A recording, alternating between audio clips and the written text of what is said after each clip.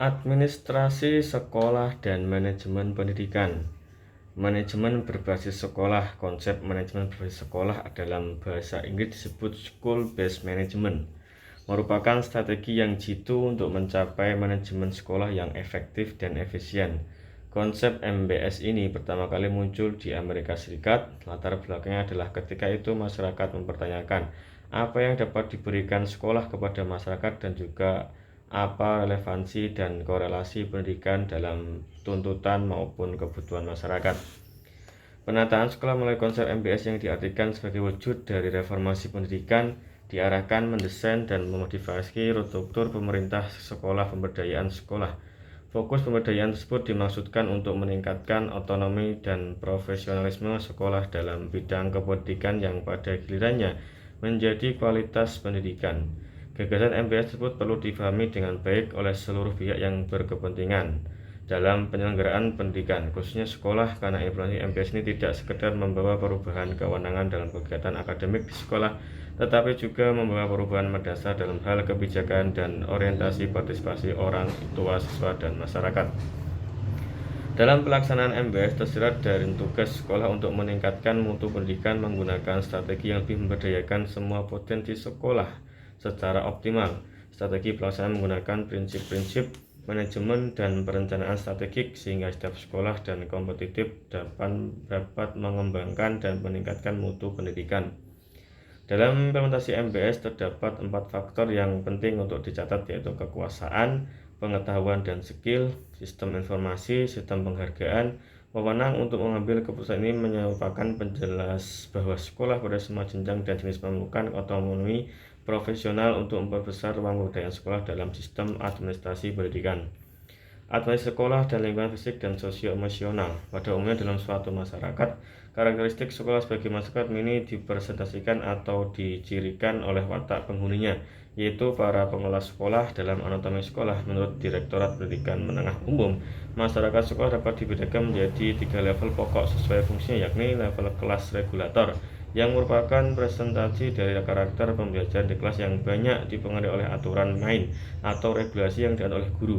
Termasuk dalam level ini misalnya suasana psikologis kelas yang nyaman, pembelajaran yang menarik, memotivasi siswa yang tinggi, dan sebagainya. Yang kedua, level mediator yang merupakan representasi dari karakter-karakter profesional pada pengelola sekolah, yaitu kepala sekolah, guru, konselor, dan lembaga teknik tenaga teknisi atau administrasi sekolah. Termasuk dalam level ini adalah karakter kepemimpinan kepala sekolah dan sifat-sifat semacam dedikasi, motivasi, kompetensi, kreativitas, dan kolaborasi dari setiap individu pengelola sekolah. Yang nomor 3, level sekolah manajemen yang merupakan representasi dari karakter kolektif warga sekolah secara keseluruhan atau iklim sekolah. Karena itu, tujuan dan fungsi keseluruhan sekolah, bentuk dan strukturnya berorientasi profesional, bukan kegiatan teknis yang bersifat rutin. Fungsi ini mampu mengkomodikasikan keunikan karakteristik teknologi pembelajaran dan teknologi organisasi pendidikan di sekolah maupun di kelas.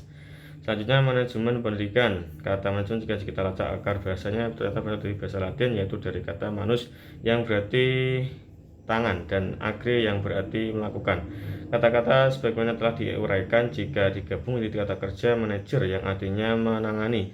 Kata manajer ini jika diterjemahkan dalam bahasa Inggris dalam bentuk kata kerja to manage dengan kata kepala benda manajemen dan manajer untuk orang yang melakukan kegiatan manajemen, akhirnya manajemen diterjemahkan ke dalam bahasa Indonesia menjadi manajemen atau pengelolaan. Secara sederhana, pendidikan adalah suatu lapangan dari studi dan praktek yang terkait dengan organisasi pendidikan.